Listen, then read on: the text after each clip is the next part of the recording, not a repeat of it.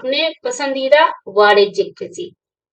वाणिज्यिक कृषि वाणिज्यिक कृषि ही एक किसान की किस्मत बदल सकती है। कैसे? अभी आप यहाँ के और अमेरिका के कृषि के बारे में जब पढ़ेंगे कि क्या अंतर है, तब पता चलेगा क्यों अमेरिका आगे है। भैया उनके किसान भी सक्षम है और मजबूत हैं, और यहाँ के किसानों की हालत ये कैसी है। वाणिज्यिक कृषि में फसल उत्पादन और पशुपालन बाजार में विक्रय हेतु किया जाता है। फसल जो उत्पादित किया जाता है उसको, और पशु को बाजार में विक्रय किया जाता है, बेचा जाता है। इसमें विस्तृत कृषि क्षेत्र और अधिक पूंजी का उपयोग होता है, यानी अच्छे खासी कैपिटल का इस्तेमाल होता है इसमें। अधिकांश कार्य मशीनों के द्वारा किया जाता है, मशीनों का ही प्रयोग ज्यादातर होता है इसमें। जैसे अगर हम उदाहरण ले केले की, क्योंकि मैंने केले की खेती काफी अच्छे से देखी भी है। थोड़ा देखी क्या है, देखी कम है, सबसे ज्यादा सुनी है। घर में होता था कि ये पढ़ना है, ऐसी ऐसी चीज पढ़नी है, ये मशीन चाहिए, वो मशीन चाहिए, ड्रोन चाहिए, ड्रोन के जरिए डालेंगे दवाएं, अच्छे से पढ़े, ये सारी चीजें। तो केले का उदाहरण लेकर हम आगे भी समझाएंगे ही। वाणिज्यिक कृषि में वाणिज्यिक अनाज कृषि, मिश्रित कृषि और रोपण कृषि शामिल है। क्या क्या शामिल है? वाणिज्यिक अनाज कृषि, मिश्रित कृषि यानी मिला के एक दो और दो तीन फसल मिला के करना। केले के साथ कई फसल मिलाते हैं, सरसों मिला देते हैं, सरसों मिला करते हैं क्योंकि सरसों पहले तैयार हो जाता है, केला बाद में तब तक काट लिया जाता है। कृषि और रोपण कृषि शामिल है। रोपण मतलब रोपण का काम तो केले का भी होता है। रोपण मतलब जो बीज न डाली जाती हो, बैठाला जाता, पेड़ के रूप में बैठाला जाता है, उसको रोपण बोलते हैं। वाणिज्यिक अनाज कृषि, इसके बारे में पढ़ेंगे।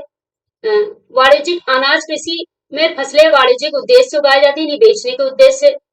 अब बेचने के उद्देश्य से उगाएगा किसान तो ज्यादा से ज्यादा खाद पानी सब डालेगा, और वैसे ही बीज का इस्तेमाल करेगा ताकि खूब ज्यादा पैदा हो। गेहूं और मक्का सामान्य रूप से उगाई जाने वाले फसलें हैं।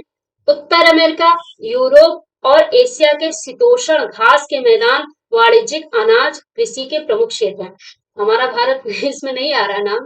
देखिए यहाँ पे बताया गया है, गेहूं और मक्का सामान्य रूप से उगाई जाने वाले फसल हैं, ये बताया गया है। ज्यादा तो यही उगाया जाता है ना, गेहूं मक्का। जब केले का मैंने उदाहरण ले लिया अपने पास से, क्योंकि केले को लेकर ही हम समझाएंगे। तो यहाँ पे उत्तर अमेरिका, यूरोप और एशिया के शीतोष्ण यानी जहाँ थोड़ा ठंडा होता है, घास के मैदान में वाणिज्यिक अनाज कृषि प्रमुख क्षेत्र है। ये क्षेत्र सैकड़ों हेक्टेयर के बड़े फर्मों में युक्त विरल आबादी वाले हैं। अब उत्तर अमेरिका, यूरोप और जैसे जगह जो है, बड़े बड़े हेक्टेयर में किसान होते हैं, किसानों के पास बहुत बड़े हेक्टेयर की होती है जमीनें, खेत, और विरल आबादी आबादी बहुत कम होती है। अत्यधिक ठंड वर्धन काल को बाधित करती है और केवल एक ही फसल उगाई जा सकती है। यहाँ पे केवल एक ही फसल उगाते हैं। मिश्रित खेती का मतलब मिश्रित मतलब मिश्रण, ये दो से तीन टाइप के खेती करना एक ही भूमि पर। मिश्रित खेती में भूमि का उपयोग भोजन व चारे की फसलें उगाने और पशुधन पालने के लिए किया जाता है। अक्सर इसमें क्या करता है, भोजन भोजन वाली यानी गेहूं गेहूं है, सरसों है, ये सब टाइप के ले लीजिए, धान नहीं लीजिए। ये टाइप के जो खेती है उसमें जो है पशु के लिए चारा भी लगा दिया गया। तो दो टाइप के दो दो प्लस टाइप की खेती की जाती है इसमें। और ये कहाँ ज्यादा होता है? यह यूरोप, पूर्वी संयुक्त राज्य अमेरिका, अर्जेंटीना, दक्षिण पूर्वी ऑस्ट्रेलिया, न्यूजीलैंड और दक्षिण अफ्रीका में प्रचलित है। वहां बम्पर ये सब किया जाता है। अपने भारत में होता है, मैंने खुद देखा है, ऐसा नहीं है, लेकिन ये वहां बम्पर किया जाता है, इसलिए यहाँ दिखा रहे हैं। यहाँ पे एनसीईआरटी ने लिखा है, और एनसीईआरटी में लिखने वाले बहुत बड़े बड़े महान होते हैं। शायद भारत का गांव भी ना देखे हो क्या होता है, बाहर का देख लिए होंगे। भारत का भी उदाहरण लिख देते हैं, भारत में भी लिखा होता है ऐसा मिश्रित के खेती। खैर छोड़िए। रोपण कृषि वाणिज्यिक कृषि का एक प्रकार है। रोपण कृषि जो है वाणिज्यिक कृषि का एक प्रकार है। देखिए केला का ये ले आए, देखा, मनपसंद आ गया मेरा। कहते मैंने केले का उदाहरण लेंगे, इन्होंने भी ले लिया। चलिए, रोपण कृषि वाणिज्यिक कृषि का एक प्रकार है जहां चाय, कहुआ, काजू, रबड़, केला अथवा कपास की एकल फसल उगाई जाती है। इसमें बृहद पैमाने पर, बड़े पैमाने पर श्रम और पूंजी की आवश्यकता होती है। उत्पाद का प्रसंस्करण खेतों पर ही या निकट के कारखानों में किया जा सकता है। इस प्रकार इस कृषि में परिवहन जाल के विकास की अनिवार्यता होती है। इसमें परिवहन की ज्यादा जरूरत होती है ताकि लद के अच्छे से जा सके। अच्छा, इसका पढ़ लेते हैं। रोपण कृषि कृषि के मुख्य क्षेत्र विश्व के उष्ण कटिबंधीय प्रदेशों में पाए जाते हैं। मलेशिया में रबड़, ब्राजील में कहुआ और भारत और श्रीलंका में चाय इसके प्रमुख उदाहरण हैं। तो मलेशिया में रबड़ ज्यादा पाया जाता है, ब्राजील में कहुआ, ये नंबर एक वाली सारे लिखे। भारत और श्रीलंका में चाय के प्रमुख उदाहरण, यानी रोपण के द्वारा चाय का भी होता है। अब केला तो जान ही गए हैं, लेकिन ये नाम भी देख लीजिएगा। यही से पता चल गया कि रबड़ का भी रोपण किया जाता है और कहुआ का भी किया जाता है और चाय का भी किया जाता है, यानी बोया नहीं जाता है।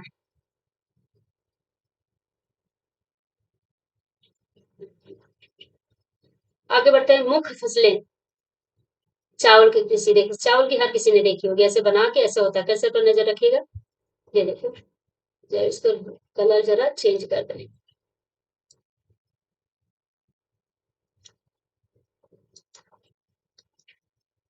एक सेकंड।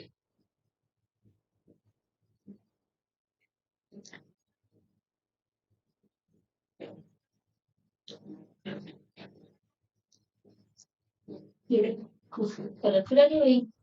ये है चावल की कृषि, ऐसे होते हैं, बहुत सारे लोग लगते हैं। देखो रोपण हो रहा है, रोपाई ये देखिए यहाँ तक हो गया, आगे बढ़ रहे हैं। मुख्य फसलें। अब मुख्य फसल किसी भी देश की कौन सी होती है, ये यहाँ पे पढ़ेंगे। बढ़ती हुई जनसंख्या की आवश्यकताओं को पूरा करने के लिए विविध प्रकार की फसलें उगाई जाती हैं। फसलें कृषि आधारित उद्योगों के लिए भी कच्चे माल की आपूर्ति करते हैं। गेहूं, कृषि आधारित जो भी उद्योग होते हैं, जैसे बिस्किट कंपनियां हैं, चिप्स की हैं, और जो भी खाने वाली चीजें हैं वो कृषि पर आधारित होती हैं। और कृषि पर आधारित तो कपड़ा उद्योग भी होता है, काफी हद तक कॉटन का बनता ही है।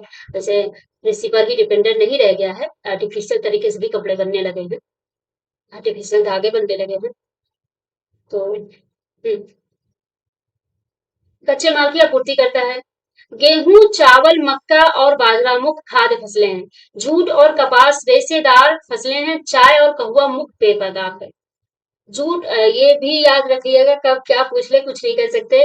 जूट और कपास जो है रेशेदार फसलें हैं। जूट, कपास का तो सबको पता है रेशे होते हैं, लेकिन जूट किसी ने नहीं देखा हो तो नहीं पता होगा, लेकिन मुझे पता, मैंने देखा है। तो जूट में भी रेशे होते हैं, और कपास तो सबने देखा है किसी न किसी रूप में, तो रेशे होते हैं। चाय और कहुआ मुख्य पेय पदार्थ, कहुआ भी मैंने पिया, पता नहीं, लेकिन चाय तो सबने पिया है। चाय और कहुआ मुख्य पेय फसलें हैं, यानी पेय मतलब पीने योग्य वाले। चावल, ये देखिए, चावल देवता आ गए। चावल यह विश्व की मुख्य खाद्य फसल है, इस सबसे प्रमुखता से इसी को लोग खाते हैं। यह उष्ण कटिबंधीय और उपोष्ण कटिबंधीय प्रदेशों का मुख्य आहार है। कहाँ का? यह उष्ण कटिबंधीय और उपोष्ण कटिबंधीय प्रदेशों का मुख्य आहार है। चावल के लिए ये उष्ण कटिबंधीय क्या होता है, उपोषण क्या होता है, ये सब शुरू में बताया जा चुका है। सिक्स क्लास के ज्योग्राफी में बताया गया है। तो बार बार उसी चीज को बताया, तो वीडियो और लंबा हो जाएगा, आप उसको देख लीजिएगा। ज्योग्राफी में शुरू से पढ़ो तो ज्यादा सही है। हमने पहले भी बताया, एट्थ क्लास जो है वो किसी भी सब्जेक्ट का, एट्थ क्लास जो है सिक्स सेवन का रिवीजन है, समझ लीजिए। थोड़ा सा और विस्तार से बताया जाता है, लेकिन टॉपिक वहीं से उठाया जाता है, पॉइंट वहीं से, और उसको और विस्तार से बताया गया है। इसलिए सिक्स सेवन पहले पढ़ लो, फिर इसके बाद में एट्थ। आगे आए। चावल के लिए उच्च तापमान चाहिए, यानी कि खूब गर्मी, और अधिक आर्द्रता। हाँ, और यानी आर्द्रता से मतलब ये समझ सकते हैं कि जब खूब गर्मी नहीं है तो चिपचिपाहट वाली, वही। एवं वर्षा की आवश्यकता होती है, ये सारी चीजें वर्षा के समय होती है, मई जून के समय, तो उसी समय इसकी खेती भी होती है। यह फसल चिकायुक्त जलोढ़ मृदा, जिसमें जल रोकने की क्षमता हो, जिस भूमि में जल रोकने की क्षमता हो, वहीं पे सर्वोत्तम ढंग से होती है। चीन चावल उत्पादन में अग्रणी है, बहुत आगे है। इसके बाद कौन आता है? भारत आता है चीन के बाद। जापान आता है, फिर श्रीलंका। जैसे नाम लिखा है क्रमशः, देखो लिखा है क्रमशः मतलब क्रम से है। पहले नंबर पर चीन हो गया, दूसरे नंबर पर भारत, तीसरे पे जापान, चौथे पे श्रीलंका, पांचवे पे मिस्र। अनुकूल जलवायु अनुकूल जल वायविक दशाओं जैसे पश्चिमी बंगाल और बांग्लादेश में एक वर्ष में 2 से 3 फसलें उगाई जाती हैं। यानी यहाँ की जलवायु काफी अच्छी है। तो चावल की बात हो रही है, तो यहाँ पे पश्चिम बंगाल और बांग्लादेश में एक वर्ष में 2 से 3 फसलें उगाई जाती हैं। आगे बढ़ते हैं, ये देख लीजिए गेहूं का संचय कर्तन। ये देखिए, अब गेहूं का आ जाता है। गेहूं पर गेहूं के वर्धन काल में मध्यम तापमान एवं वर्षा और संचय कर्तन मतलब क्या होता है? फसल की कटाई। गेहूं का संचय कर्तन मतलब समझ जाइए कटाई की बात हो रही है। वे कहीं जाके बोल दो अच्छा गेहूं का संचय कर्तन हो रहा है, तो क्या करेंगे? किसान खुद ही नहीं जानते होंगे क्या होता है, मारना शुरू कर देंगे। गेहूं के वर्धन काल में मध्यम तापमान एवं वर्षा और संचय कर्तन यानी फसल की कटाई के समय तेज धूप की आवश्यकता होगी। जब इसकी कटाई होती है तो तेज धूप होनी चाहिए, होती है, पकी जाती है, पकना जरूरी है। बस इसका आगे चलते हैं। गेहूं संयुक्त राज्य अमेरिका, कनाडा, अर्जेंटीना, रूस, यूक्रेन, ऑस्ट्रेलिया और भारत में विस्तृत रूप से उगाया जाता है। तो क्रम भी यही याद रखना, जैसा लिखा है संयुक्त राज्य अमेरिका, कनाडा और ये सब। भारत में शीत ऋतु में उगाया जाता है, यानी यहाँ नवंबर दिसंबर के बीच इसको बोया जाता है। इसको बोया जाता है, इसका रोपण नहीं होता है। और मार्च तक मार्च अप्रैल तक इसकी कटाई हो जाती है। मिलेट, ये देखो बाजरे के, ये बाजरे से मिलता जुलता होता है मिलेट। मिलेट यह मोटे अनाज के रूप में भी जाती है और कम उपजाऊ तथा बलुई मृदा में उगाई जा सकती है। अब मिलेट क्या होता है, ये आपके लिए मैंने एक तस्वीर निकाली थी, ये देखिए, ये देखिए, ये हमारा यहाँ आ गई, हटी नहीं रही है। चलिए यहाँ देखिए, यहाँ पे ये इस तरह के अनाज होते हैं मिलेट। ये देखिए बाजरे से ही मिलता जुलता है। देखिए काफी महंगा होता है, अभी मैंने इसका प्राइस भी देखा था, तो यह बहुत महंगा। ये अमीरों के चौचले बन गए।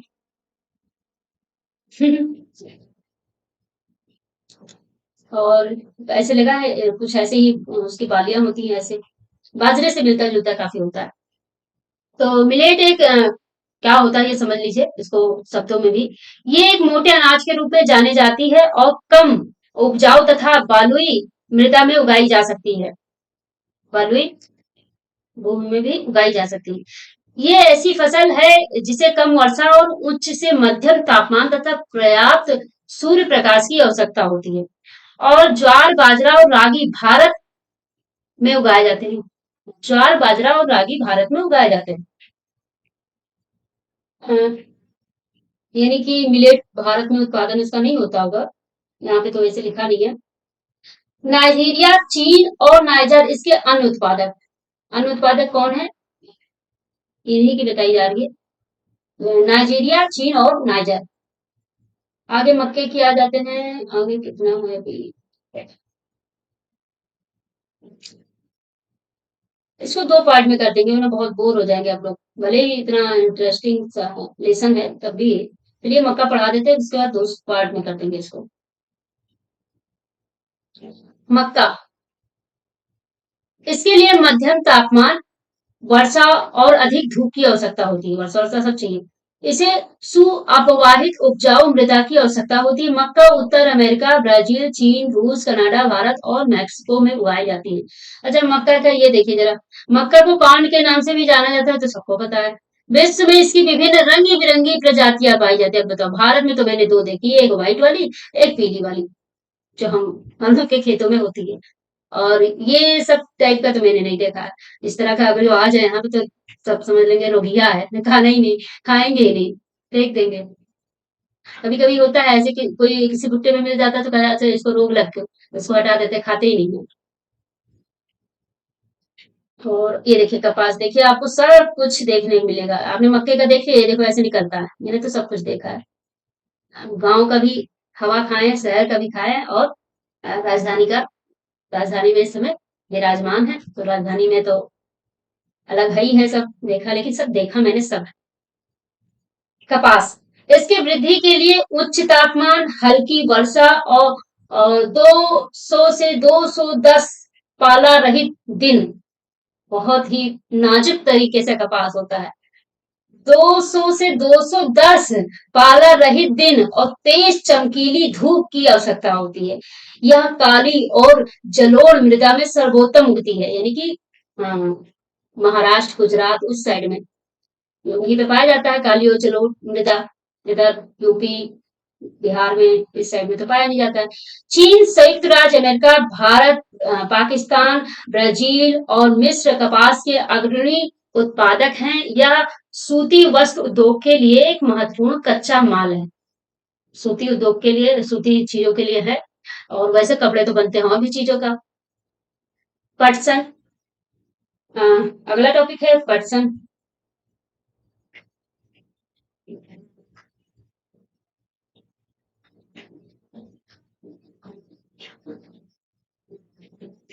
पटसन क्या होता है? इसको सुनहरा रेशा भी कहते हैं पटसन को। तस्वीर देखिएगा तो ये कॉफी का है। पटसन, इसको सुनहरा रेशा के रूप में भी जाना जाता है। यह जलोढ़ मृदा में अच्छे ढंग से विकसित होता है और इसे उच्च तापमान, भारी वर्षा और आर्द्र जलवायु की आवश्यकता होती है। यह फसल उष्ण कटिबंधीय क्षेत्रों में उगाई जाती है। भारत और बांग्लादेश पटसन के अग्रणी उत्पादक हैं। यह फसल उष्ण कटिबंधीय क्षेत्रों में उगाई जाती है।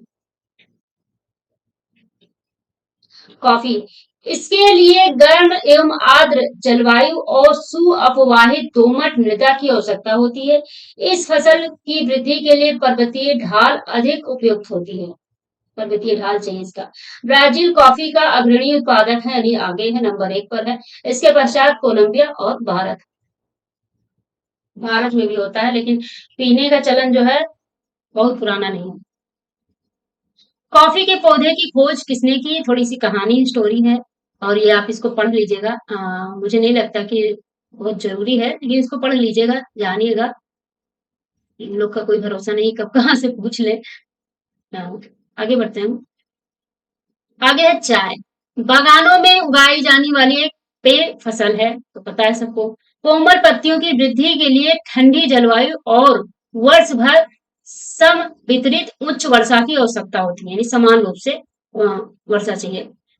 अच्छा, ये इसमें जो चाय बागान होते हैं उसमें कोई बीज नहीं लिया जाता, जो हम लोग बीज के रूप में देखते हैं। वो ऊपर की कोमल पत्तियां तोड़ी जाती हैं, देखिए जैसा तस्वीर में बना हुआ है, ये देखिए, और उसी का फिर बाद में बनता है। पत्तियों को चुनने के लिए अधिक श्रम में श्रमिकों की आवश्यकता होती है और इसमें जो श्रमिक होते हैं महिलाएं ही होती हैं। देखिए सब वैसे पहने क्योंकि धूप में जाती हैं तो इतना कड़ी धूप में से, लेकिन अधिकांश इसमें महिलाएं ही रखी जाती हैं। कोमल पत्तियों को तोड़ने की काफी नाजुक चीज होती है, आराम से तोड़ना रहता है। कृषि का विकास।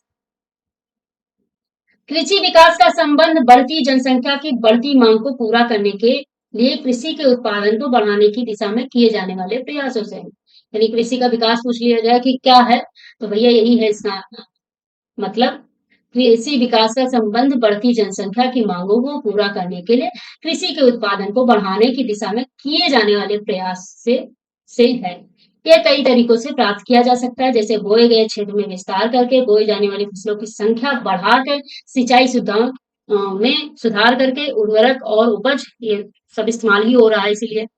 तो ये सब माध्यम से, यानी बहुत ज्यादा खाद पानी सब कुछ डालो, इससे बहुत ज्यादा फायदा होगा और खपत हो जाएगी, सबकी पूर्ति हो जाएगी।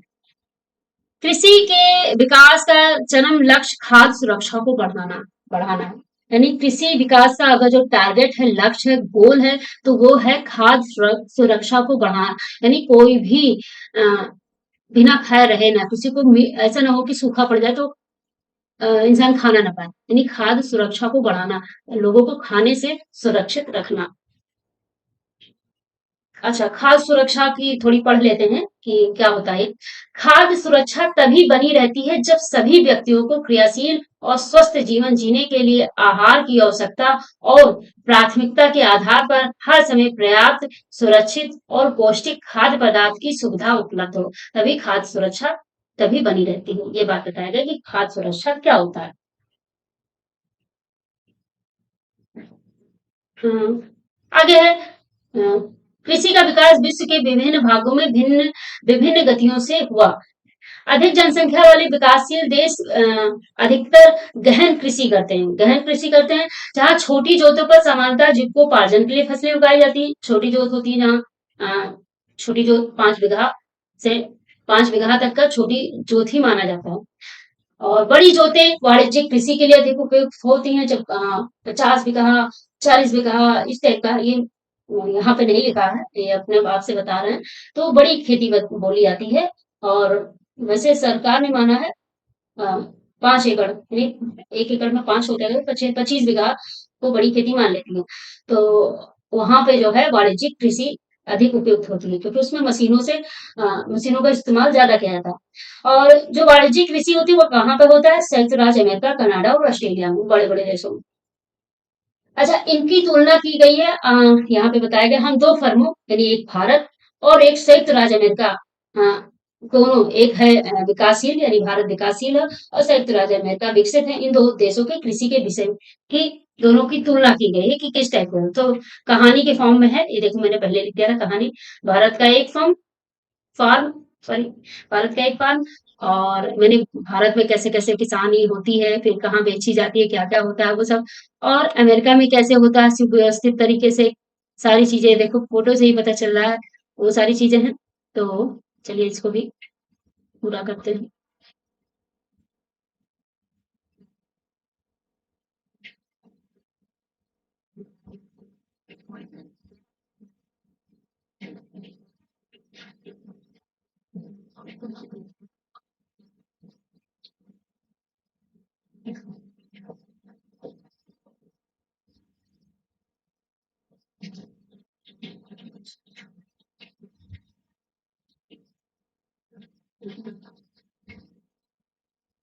हाँ, तो इसको जो हम कहानी जैसे लिखा है सेम वैसे पढ़ेंगे, आप लोग उसको ध्यान से सुनिएगा और तुरंत पता चल ही जाएगा।